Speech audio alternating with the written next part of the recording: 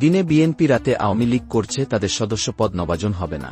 যারা দিনের বেলা বিএনপি করছে আর রাতের বেলা আওয়ামী লীগ করছে, এমন লোকদের দলের সদস্যপদ নবায়ন করতে দেয়া যাবে না বলে সাফ জানিয়ে দিয়েছেন বিএনপির কেন্দ্রীয় ক্রীড়া বিষয়ক সম্পাদক ও ঢাকা মহানগর উত্তরের আহ্বায়ক আমিনুল হক। পাশাপাশি তিনি বলেন, আওয়ামী লীগের নেতাকর্মীদের সঙ্গে ছবি থাকলে তাদের সদস্যপদ ও নবায়ন হবে না। বৃহস্পতিবার দুপুরে উত্তরা পূর্ব ও উত্তরখানে 2টি পৃথক অনুষ্ঠানে ঢাকা মহানগর উত্তর বিএনপির সদস্য ফরম বিতরণ ও সদস্য নবায়ন কর্মসূচির উদ্বোধনীতে প্রধান অতিথির বক্তব্যে তিনি এই কঠোর অবস্থানের কথা জানান। দলীয় নেতাকর্মীদের উদ্দেশ্য করে আমিনুল হক বলেন, আপনারা সকলে সতর্ক থাকবেন কোনো আওয়ামী লীগ যাতে সদস্য ফরম নবায়ন করতে না পারে। যদি আওয়ামী লীগের সাথে ছবি থাকে তার সদস্য ফরম নবায়ন করা যাবে না। গত 17 বছরে বিএনপির পক্ষে বাংলাদেশের গণতন্ত্র পুনরুদ্ধারের জন্য যারা আন্দোলন করেছে, সংগ্রাম করেছে এবং আমাদের দলের যারা নির্যাতিত ত্যাগী নেতাকর্মী রয়েছেন তাদেরকে সবার আগে এই সদস্যপদ নবায়ন করা হবে। তিনি বলেন, এই সদস্য নবায়নের মাধ্যমে যারা পরিচ্ছন্ন, যারা যোগ্য এবং যারা ভালো মানুষ, আমরা সেই লোকগুলোকে বাছাই করে নিয়ে আসতে পারব। কারণ আমাদের দলের ভারপ্রাপ্ত চেয়ারম্যান তারেক রহমান বলেছেন, আমরা ভবিষ্যতে একটি স্বচ্ছ, পরিচ্ছন্ন, নিরপেক্ষ ও সুষ্ঠু ধারার রাজনীতির পরিবেশ তৈরি করতে চাই। লন্ডনে অন্তর্বর্তী সরকারের প্রধান উপদেষ্টা ড.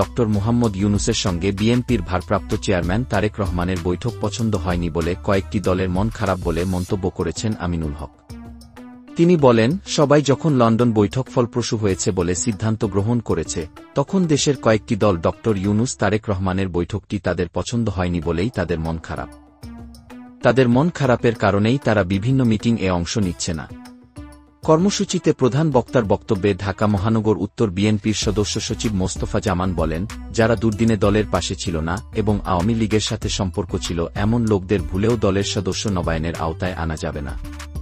কর্মসূচিতে বক্তব্য রাখেন ঢাকা মহানগর উত্তর বিএনপির যুগ্ম আহ্বায়ক Mustafizur Rahman Segun, S M. Jahangir Hossain, ABM Razzak, Akhtar Hossain, M. Kafil Uddin Ahmed, Muhammad Afaz Uddin, মহানগর উত্তর বিএনপির সদস্য আনোয়ারুজ্জামান আনোয়ার, আলী আকবর আলী, মোতালেব হোসেন রতন, আব্দুস সালাম সরকার, রফিকুল ইসলাম খান, এম.এস. আহমদ আলী, মনিরুল ইসলাম রাহিমি, আহসান হাবিব মোল্লা, তাসলিমা রিতা, সাবেক কাউন্সিলর ইলোরা পারভিন, ঢাকা মহানগর দক্ষিণ স্বেচ্ছাসেবক দলের সাবেক সদস্য রাশেদ আলম, উত্তরা পূর্ব থানা বিএনপি আহ্বায়ক শাহ আলম, যুগ্ম আহ্বায়ক মনির হাসান ভূঁইয়া, শহীদুল ইসলাম সুমন, আমিনুল হক, নজরুল ইসলাম খান, উত্তরা পূর্ব থানা বিএনপি সাবেক সাধারণ সম্পাদক এফ ইসলাম চন্দন, সাবেক যুগ্ম সম্পাদক তারেক হাসান, যুগ্ম সম্পাদক জাহিদ মাস্টার, তাইজুল ইসলাম, শাহাদাত হোসেন, উত্তরখান থানা বিএনপি ভারপ্রাপ্ত আহ্বায়ক সুলতান মাহমুদ বকুল, যুগ্ম আহ্বায়ক জাহাঙ্গীর আলম বেপারী প্রমুখ।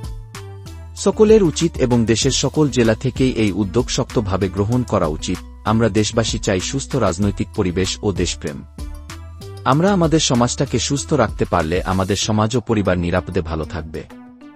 কিন্তু পক্ষান্তরে আমরা কি দেখছি, দেশের এমন কোনো ইউনিয়ন, জেলা, উপজেলাতে নাই যে আওয়ামী লীগের লোকজন এখন বিএনপি নেতাদের খুব পাশে থেকে বিএনপি করছে। কারণ হলো একটাই, সেই সব বিএনপি নেতারা আওয়ামী লীগের শাসনের সময় তারা আওয়ামী লীগের পাশে ছিল, তাই তারা আজ উল্টা সুযোগ নিচ্ছে। কিন্তু এটা দেশের জন্য বা বিএনপির জন্য কতটা বিপজ্জনক তা চিন্তা করছে না। বিএনপির নেতারা বুঝতে চাইছে না, তারা নিজেদের স্বার্থে যে কোনো অঘটন করতে পারে, তাতে বিএনপির জন্য অপমান ও লজ্জার হবে। বিশেষ করে এই ঘটনা রাজশাহী শুধু নয়, সারা দেশেই একই চিত্র। ভিডিওটি শেষ পর্যন্ত দেখার জন্য আপনাদের ধন্যবাদ। ভালো ও সুস্থ থাকবেন।